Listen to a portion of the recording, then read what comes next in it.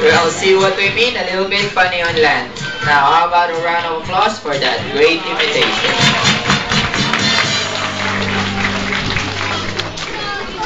Now, to work in the field, our sea lions must be strong and physically fit. Well, that's not a problem. Drum roll, please.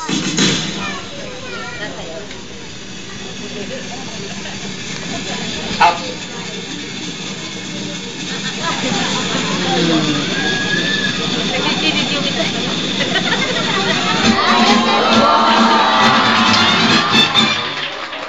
Dennis, that's not bad. Not bad. Can you do better than that? No.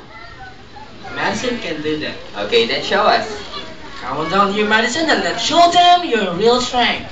Another drum roll, please.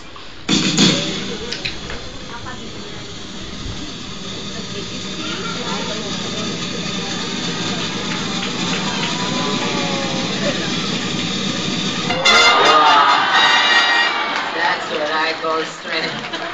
Great job, Madison.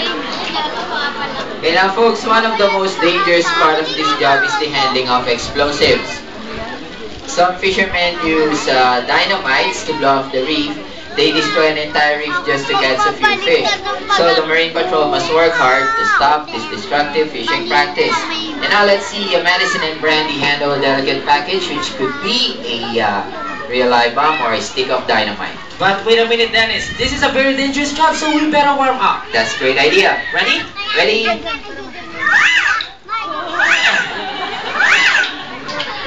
Okay, they look pretty warm up. So, ladies, no matter what happens, don't drop the dynamite and the bomb.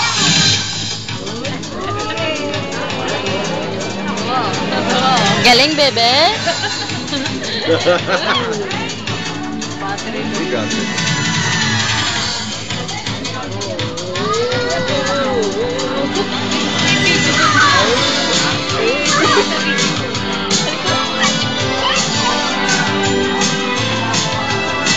What are you blasting off for?